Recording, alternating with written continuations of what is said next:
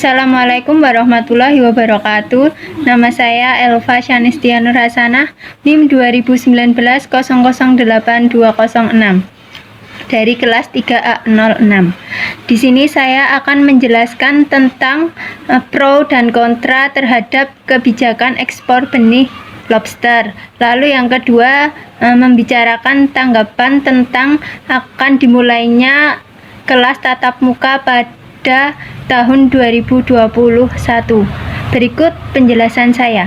Terima kasih. Yang pertama, saya akan membahas pro kontra kebijakan ekspor benih lobster. Pencabutan aturan era susi itu ditandai dengan peraturan menteri atau permen yang baru, yaitu Permen KP nomor 12 Permen strip KP 2020 tentang pengelolaan lobster, kepiting dan rajungan di wilayah negara Indonesia itu sendiri.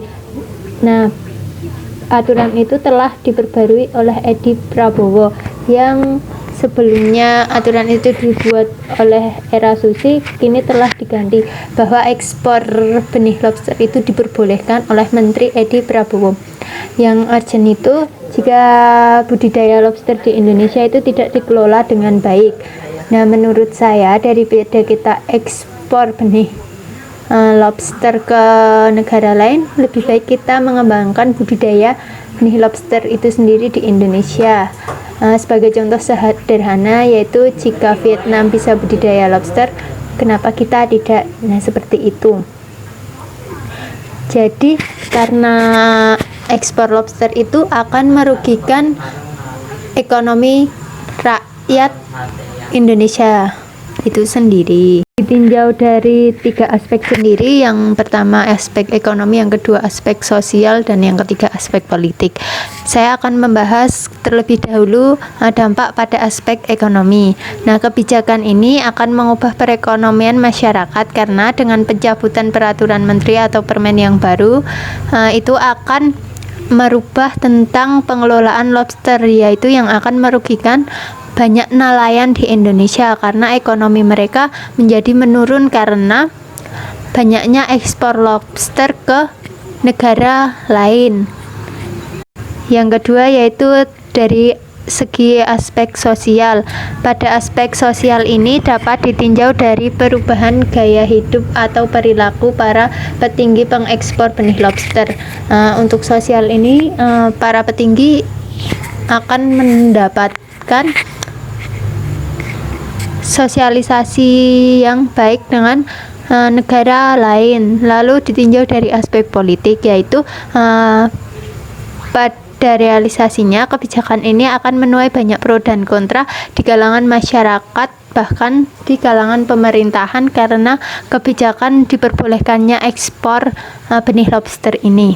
Dilihat dari aspek ekonomi dari beberapa segi. Yang pertama dari segi masyarakat, dampak positifnya yaitu menurut saya tidak ada dampak positif yang dapat diambil dari ekspor benih lobster ini karena yang didapatkan oleh masyarakat malah penurunan pendapatannya. Lalu dampak negatifnya yaitu perekonomian para masyarakat kecil akan semakin terpuruk karena adanya ekspor benih lobster ini, khususnya para nelayan.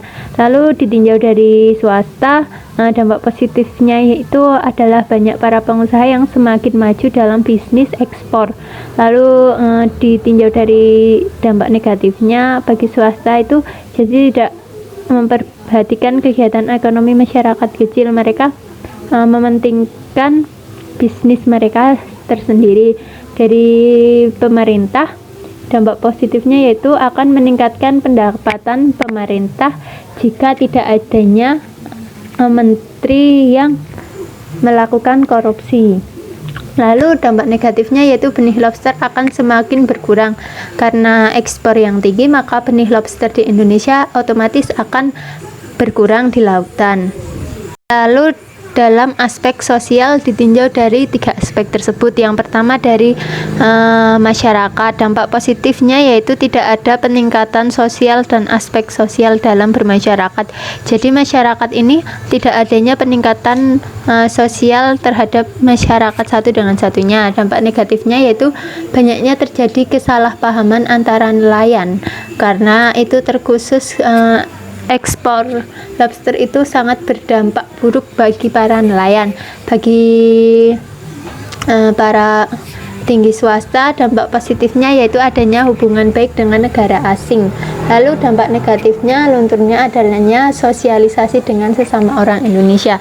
Bagi pemerintah, dampak positifnya yaitu semakin eratnya hubungan dengan para petinggi negara lain, tetapi juga ada dampak negatifnya yaitu kurangnya pemerhatian pemerintah terhadap rakyatnya semakin berkurang. Dari aspek politik sendiri dilihat dari tiga aspek, dari masyarakat swasta dan pemerintah. Bagi masyarakat, dampak positifnya yaitu adanya kesetaraan bebas mengutarakan pendapatnya terhadap ekspor benih lobster ini di depan hukum. Jadi masyarakat itu bebas mengutarakan keluh kesahnya di depan hukum. Lalu dampak negatifnya yaitu banyaknya terjadi perselisihan antara masyarakat karena banyaknya kesalahpahaman. Lalu bagi swasta, dampak positifnya yaitu sebagai untuk memperbaiki tatanan aturan. Jadi tidak para pengusaha ini akan lebih menaati peraturan yang ada. Lalu dampak negatifnya yaitu banyak para pengusaha yang melakukan penyelewengan tentang benih lobster ini sendiri karena hasil dari ekspor itu sudah cukup lumayan besar. Lalu bagi pemerintah, dampak positifnya yaitu lebih menyaring peraturan yang akan disetujui. Jadi pemerintah sebelum menetapkannya, mereka harus menyaringnya terlebih dahulu dan mempertimbangkannya terlebih dahulu. Dampak negatifnya yaitu banyaknya menteri yang melanggar aturan seperti terjadinya korupsi. Nah, yang kedua saya akan memberikan tanggapan saya akan dilaksanakannya pembelajaran tatap muka di tahun 2021 mendatang. Menurut tanggapan saya, jika pembelajaran tatap muka akan benar-benar direalisasikan pada tahun 2021, sebaiknya mempertimbangkan banyak kemungkinan buruk dan baiknya terlebih dahulu. Nah, dilihat dari sisi baiknya, para siswa akan lebih merasa nyaman jika bertatapan langsung dengan para pengajarnya. Tetapi dampak buruknya, jika ada satu saja siswa yang terkena COVID, maka yang lain juga akan ikut terkena. Karena kita lihat dari misalnya kita contohkan perguruan tinggi, kan banyak mahasiswa yang di luar daerah itu lalu pulang ke daerahnya masing-masing. Itu jika mereka kembali ke misalnya ke Jogja dan mereka kan tidak tahu jika mereka membawa virus atau tidak, maka akan membahayakan jika mereka membawa virus COVID ini.